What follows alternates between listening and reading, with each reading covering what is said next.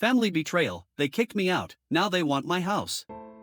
Hey Reddit, I'm Jake, 28, and my family is driving me insane. A few years ago, they kicked me out when I was struggling, and I've worked my ass off to get back on my feet.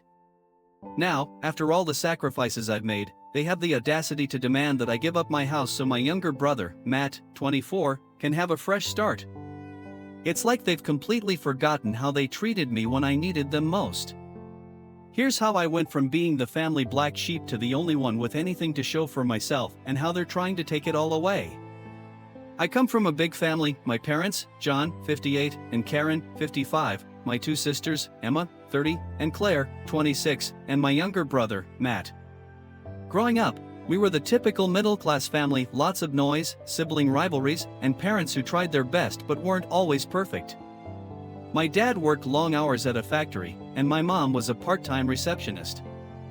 Money was tight, but we got by, and our parents always stressed the importance of sticking together no matter what. As the oldest son, I was expected to set the example for my siblings. My parents, especially my dad, had high expectations for me. From an early age, I was pushed to excel in school, sports, and everything else, while my siblings, especially Matt, got a bit of a free pass. Whenever I messed up, the consequences were severe groundings, lectures, the whole deal, but when Matt got into trouble, it was brushed off as boys being boys. It was obvious to everyone that Matt was my mom's favorite, and she never even tried to hide it. My parents' favoritism was clear from early on. I remember one summer when I was 15 and Matt was 11. We both got in trouble at a family barbecue after we accidentally broke a neighbor's window playing baseball. I was grounded for 2 weeks, had to pay for the window, and was lectured about responsibility. Matt, on the other hand, got a stern talking to and an ice cream cone later that day because he looked sad. It was little things like that, over and over, that slowly drove a wedge between us. After high school, I decided to skip college and go straight into the workforce. I'd always been handy, good with tools, and I landed a job as an apprentice electrician. My parents were disappointed, having hoped I'd be the first in our family to get a degree, but I was determined to carve my own path. Meanwhile, Matt was the golden boy: smart, charismatic, and always getting away with things that would have had me grounded for weeks. He coasted through life on his charm and my parents' coddling, never facing any real consequences for his actions. My relationship with my parents grew strained. They constantly compared me to Matt, holding him up as the shining example of what I should be, even though he barely lifted a finger while I was busting my ass every day. Matt could do no wrong in their eyes, and they never hesitated to point out how he was going places, while I was wasting my potential by not going to college. I kept my head down, determined to prove them wrong by building a career on my own terms.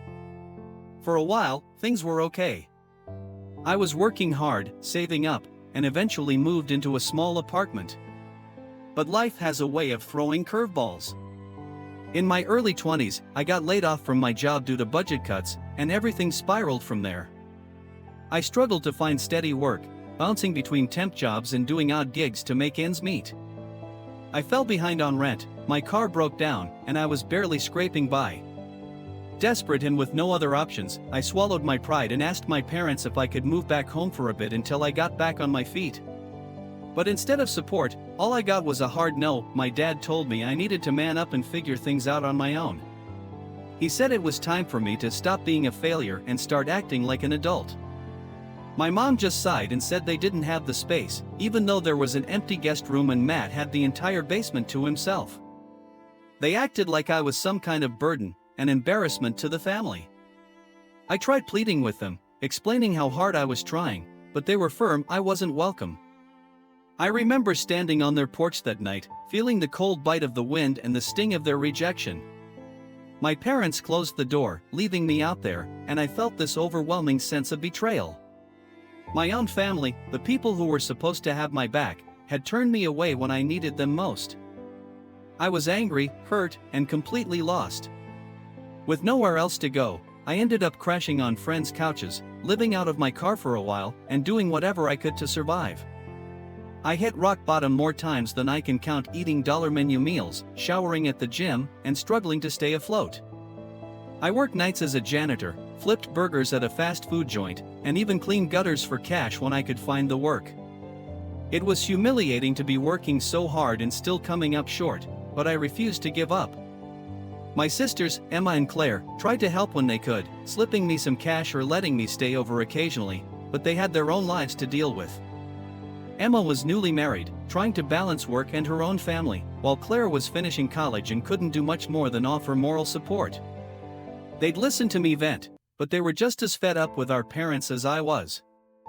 Claire once said, "They treat Matt like he's made of glass, but you're the one out here breaking your back." She wasn't wrong. As for Matt, he didn't seem to care. He was too busy enjoying his carefree life, completely oblivious to the fact that his brother was barely scraping by. I refused to give up, though. I picked up any job I could find, manual labor, delivery driving, you name it. I worked nights, weekends, and holidays, saving every penny I could. I went back to night school to finish my electrician certification, determined to rebuild my life from the ground up. My parents didn't call, didn't check on me, nothing. It was like I didn't exist to them anymore, and that hurt more than anything else. The turning point came when I finally landed a stable job at a small electrical company. It was grueling work, often in the scorching heat or freezing cold, but it was steady, and I was good at it. I threw myself into the job, working extra hours and taking on any task that came my way. I was determined to prove to myself and to my parents that I wasn't a failure. Slowly but surely, my finances started to improve. I was able to get my car fixed, pay off some debt, and start saving again. It took years of grinding, but eventually, things started to turn around. I got promoted to a lead electrician role, started earning a decent salary, and began taking on side jobs to bring in extra income. I was finally able to move into a better apartment, then eventually, I saved enough for a down payment on a modest house in a quiet neighborhood. It wasn't fancy, but it was mine, a symbol of everything I'd overcome. I thought that was the end of my struggles, but little did I know, the worst was yet to come. Buying my house was one of the proudest moments of my life. It was a small, two-bedroom fixer-upper with peeling paint, overgrown weeds, and a roof that needed replacing, but it was exactly what I needed. I spent my weekends making repairs, painting walls, and turning it into a home. I installed new wiring, refinished the floors, and even built a deck in the backyard with my own two hands. I had finally created a space where I could breathe, away from the judgment and drama of my family. Every corner of that house felt like a testament to the battles I'd fought to get there. I filled the place with thrift store finds, slowly upgrading as I saved more money. My bedroom had a bed I'd built from reclaimed wood, and my kitchen was filled with second-hand appliances I'd fixed up myself. I set up a little workshop in the garage, tinkering with electrical projects and fixing things on the side for extra cash. I started hosting friends for barbecues, movie nights, and just hanging out. For the first time in years, I felt like I had control over my life. I was making my own rules, and I didn't have to answer to anyone. Every nail I hammered, every tile I laid, felt like reclaiming a part of myself that had been lost during those hard years. I'd spend late nights working in the garage, listening to classic rock on an old radio, enjoying the solitude. My neighbors started to recognize me as the guy always working on something, and a few even asked if I could help with their electrical issues. I built a reputation in the neighborhood, and soon I was getting calls for side jobs that brought in extra cash. My parents were noticeably absent during this time.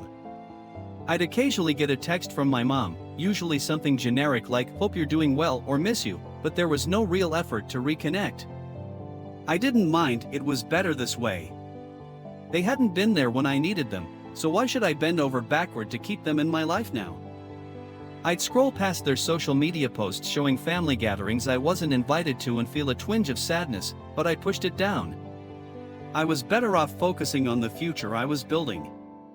Things were going well, and I was even able to take a few vacations, something I never thought I'd be able to afford.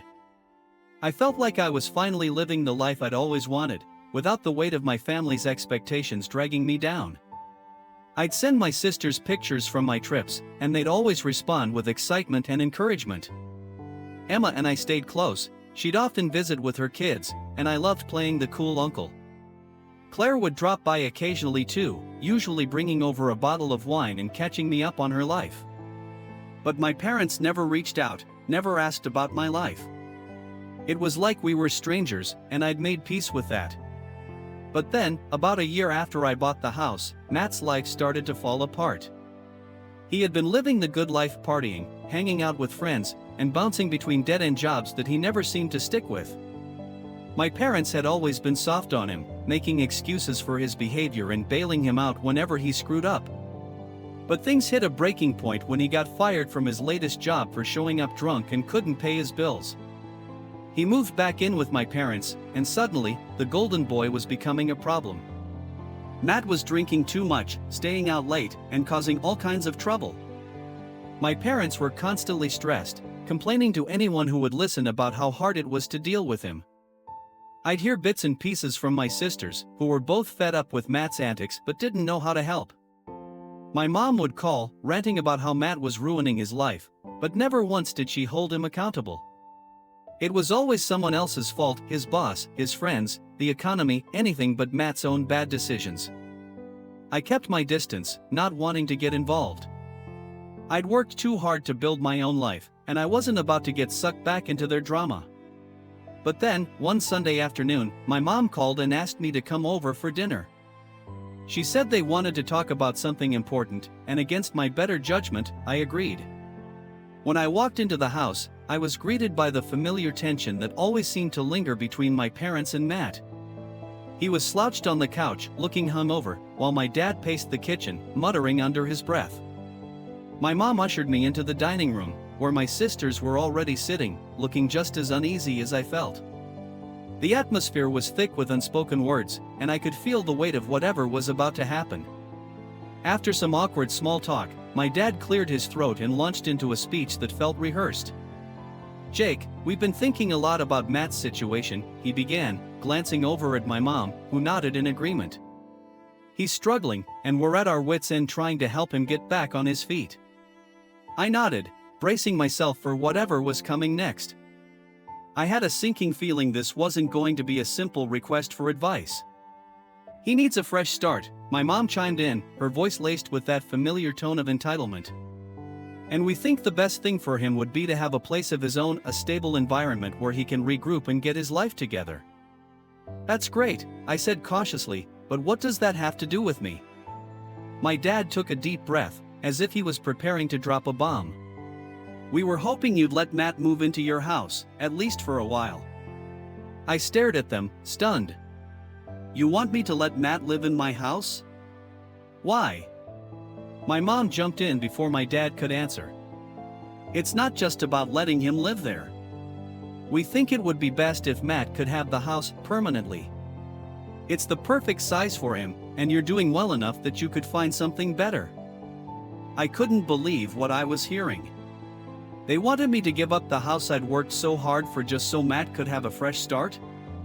The same family who kicked me out when I needed help was now demanding that I hand over everything I'd built? It was like they had completely forgotten what I'd been through, or worse, they just didn't care. "Are you serious?" I asked, my voice rising with anger. "This is my home. I bought it with my own money, with no help from anyone. And now you just expect me to hand it over to Matt?" My dad sighed, rubbing his temples. "Jake, we're not saying you have to do this. We're asking you to consider it for the sake of family. You're doing well now, you can always get another house." My mom nodded, trying to soften the blow. "Think of it as helping your brother get back on track. He's struggling, Jake. He needs this." I looked around the table, hoping one of my sisters would speak up, but they were silent, clearly uncomfortable with the whole situation. Emma kept her eyes down, fiddling with her wedding ring, while Claire stared at the floor, her expression a mix of frustration and sadness. I couldn't believe the audacity of my parents, the way they expected me to sacrifice everything I'd worked for just to bail Matt out of his self-made mess. "No," I said firmly, standing up. "I'm not giving Matt my house. If you want to help him, find another way. But don't you dare try to guilt me into this." My parents were stunned. My mom started crying, and my dad looked like he was about to blow a gasket. Matt, who had been silent until now, finally spoke up. "Come on, Jake," he slurred, clearly still hungover. "You've got everything figured out. Don't be such a selfish prick." That was it. I grabbed my coat and walked out, slamming the door behind me. I could hear my mom calling after me, but I didn't look back. I drove home in a rage, my mind racing with everything they'd said. The entitlement, the expectation that I would just roll over and give up my home, it was too much. I had worked too hard to let them take this from me. This was my life, my house, and I wasn't going to let my family's guilt trips and manipulations ruin everything I'd fought for. After the disaster of that dinner, I went no contact with my parents for a while. I was too angry, too hurt, and too tired of their constant demands to even think about reaching out. My sisters called me a few days later, both of them apologizing for what had happened and telling me they didn't agree with our parents. Emma admitted she had been shocked by their audacity but felt trapped in the moment and didn't know how to speak up. "I'm sorry, Jake," she said. "That was so messed up. You don't owe them anything." Claire chimed in, adding, "You've done everything on your own, and they have no right to ask you for your house. Matt's problems aren't your responsibility." It was comforting to hear my sisters back me up, but it didn't change the fact that my parents had crossed a line. I spent the next few weeks focusing on my work, burying myself in projects around the house, and trying to distract myself from the hurt and betrayal that kept gnawing at me. Every time I picked up a hammer or worked on a new project, it felt like I was building a wall between myself and my family, fortifying my independence. Then, one Saturday afternoon, I got a knock on my door. It was my dad, looking worn down and anxious. I hadn't seen him since that night at their house, and seeing him standing on my porch filled me with a mix of anger and sadness. I opened the door but didn't invite him in. "We need to talk," he said, his voice strained. "I think you said everything you needed to say last time," I replied coldly. He sighed, rubbing the back of his neck. "Jake, I didn't come here to argue. I came to apologize. I wasn't expecting that." I stepped aside and let him in, keeping my guard up. We sat in my living room, the tension thick between us. My dad looked around, taking in the home I'd built with my own hands. I could see the regret in his eyes, like he was finally seeing me for who I was, not who he had always wanted me to be. "I'm sorry for what we asked," he began. "It wasn't fair, and it wasn't right. Your mom and I were just desperate, trying to help Matt, and we got carried away." I crossed my arms, not ready to let him off the hook. "You didn't just get carried away, Dad. You tried to take my home. The same home I busted my ass for after you kicked me out. Do you have any idea what that feels like?" He looked down, shame washing over his face. "I know we've let you down, Jake. I know we weren't there for you when you needed us. And I know that's on us, not you. I don't know how to fix things with Matt, and I thought if he had something stable, maybe he'd turn things around." I could see the pain in his eyes, the guilt of years of enabling Matt and the realization that his youngest son was on a destructive path. But that didn't make it right. "I'd been where Matt is," I said quietly. "I know what it's like to feel lost and desperate. But he needs to fix his own mess, just like I did. You can't keep bailing him out." My dad nodded, his shoulders slumping. "You're right. I don't want to lose him." I could see the cracks in my dad's tough exterior, the fear that his son was slipping away. I wanted to feel sympathy, but I couldn't ignore the anger that still simmered inside me. My parents had never shown me this kind of concern when I was struggling, and that double standard was hard to swallow. We talked for a while longer, hashing out years of unspoken resentment. My dad apologized again, this time for kicking me out when I needed them. It was a conversation I'd wanted for years, but hearing it didn't bring the relief I'd hoped for. I appreciated the apology, but it didn't erase the years of struggle I'd endured alone. Before he left, my dad looked around my house one last time. "You've done well for yourself, Jake. "I'm proud of you," he said quietly, and for the first time, I saw a glimpse of the dad I remembered from my childhood. It was bittersweet, too little, too late, but at least it was something. My dad left with a promise to do better, but I wasn't holding my breath. Matt had been the center of their world for so long, and I wasn't sure they knew how to let him face the consequences of his actions. Update 2, Family Fallout, the lines are drawn. Weeks turned into months, and my relationship with my parents remained strained. They'd call occasionally, usually to give me updates on Matt's latest drama or to ask if I'd reconsider helping him. I kept my boundaries firm, refusing to get pulled back into their cycle of enabling and excuses. It wasn't my job to fix Matt, and I wasn't going to sacrifice my own hard-earned stability just because my parents couldn't say no to him. Matt's downward spiral continued. He lost another job, got into a minor car accident while driving drunk, and was racking up debt faster than my parents could bail him out. My mom called me one night, crying about how she didn't know what to do and begging me to talk to him. "You're his brother, Jake," she pleaded. "He needs you." I took a deep breath, trying to keep my emotions in check. "He doesn't need me, Mom. He needs to get his shit together and stop expecting everyone else to clean up his mess. You're not helping him by making excuses." She got defensive, accusing me of being heartless and turning my back on family. She said I was being selfish, that family helps each other no matter what. But I knew better. I knew that helping Matt in the way my parents wanted was just enabling his behavior. I hung up, not wanting to get dragged into another pointless argument. My parents were so blinded by their desire to save Matt that they couldn't see they were only making things worse. Meanwhile, I was thriving. I'd been promoted at work, saved up a decent emergency fund, and was even considering expanding my side business into a full-fledged contracting company. I was doing well, and every day felt like a step toward the life I'd always dreamed of, one where I didn't have to constantly worry about being dragged back into my family's mess. I started to travel more, exploring places I'd only ever dreamed of visiting. I spent weekends camping in the mountains, fishing in quiet lakes, and driving along scenic highways just for the thrill of it. My world had expanded beyond the confines of my family's drama, and I was finally living the life I'd fought so hard to build. But then, just when I thought things couldn't get any crazier, I got a letter from a lawyer. It was a formal request from my parents, demanding that I contribute my house to the family estate so they could redistribute assets in a way that would benefit Matt. They claimed it was only fair since my dad had contributed money to Matt's failed ventures, and now it was my turn to give back. I was floored. They were actually trying to legally pressure me into giving up my house, all under the guise of family duty. It felt like a slap in the face, a reminder that no matter how much I'd achieved, they still saw me as less than Matt.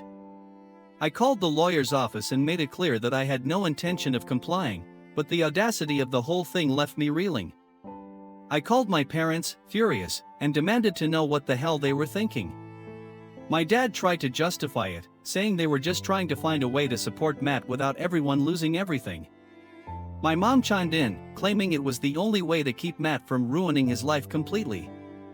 "You've crossed a line," I told them, my voice shaking with anger. "I don't owe you or Matt anything. You need to stop trying to take from me to fix your mistakes." It was a harsh conversation, one that left our relationship more fractured than ever. I felt a mix of anger, sadness, and disbelief that my own parents would stoop so low. They were so caught up in trying to save Matt that they couldn't see the damage they were doing to the rest of us. Final update, reclaiming my life, moving forward without them. After the lawyer fiasco, I cut off all contact with my parents. I was done with the manipulation, the guilt trips, and the constant demands.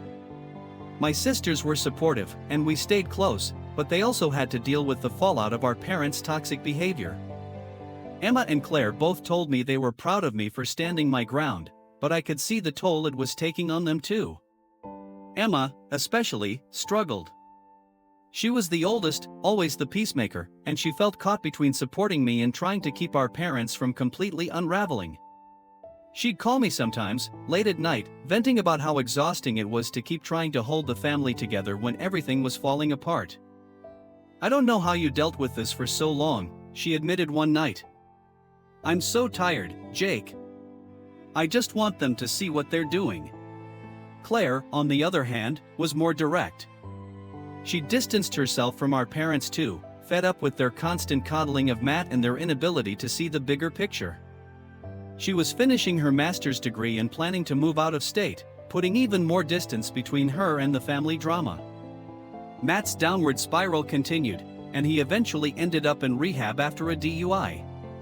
My parents were forced to confront the reality that their enabling had only pushed him further down the path of self-destruction. I felt bad for Matt, I really did, but I knew there was nothing I could do to save him. He had to want it for himself, and until he did, nothing would change. As for me, I've moved on. I've expanded my business, bought a new truck, and even started dating again. I'm focused on building a future that I can be proud of, surrounded by people who actually support me. My house is my sanctuary, a reminder of everything I've overcome, and no one is going to take that away from me. I'm still in touch with my sisters, and we've found our own way to be a family without getting sucked into the dysfunction of our parents. We've had to set boundaries and protect our peace, and while it's not always easy, it's necessary. We've created our own traditions, holiday dinners at each other's homes, weekend hikes, and game nights that are filled with laughter instead of tension. I still think about my parents sometimes, wondering if they'll ever truly understand the damage they've done. Part of me hopes they will, but I'm not holding my breath. I've learned that sometimes, the best thing you can do is let go and focus on the people who truly have your back. To anyone out there dealing with entitled family members who think they're owed something, stand your ground. You don't owe them your success, your home, or your happiness. It's okay to put yourself first and protect what you've worked for. I've learned the hard way that you can't save people who don't want to be saved, and sometimes, the best thing you can do is walk away. Thanks for reading, and thanks for being a part of my journey. I'm still figuring things out, but I'm doing it on my own terms, and that's worth more than anything my family could ever give me.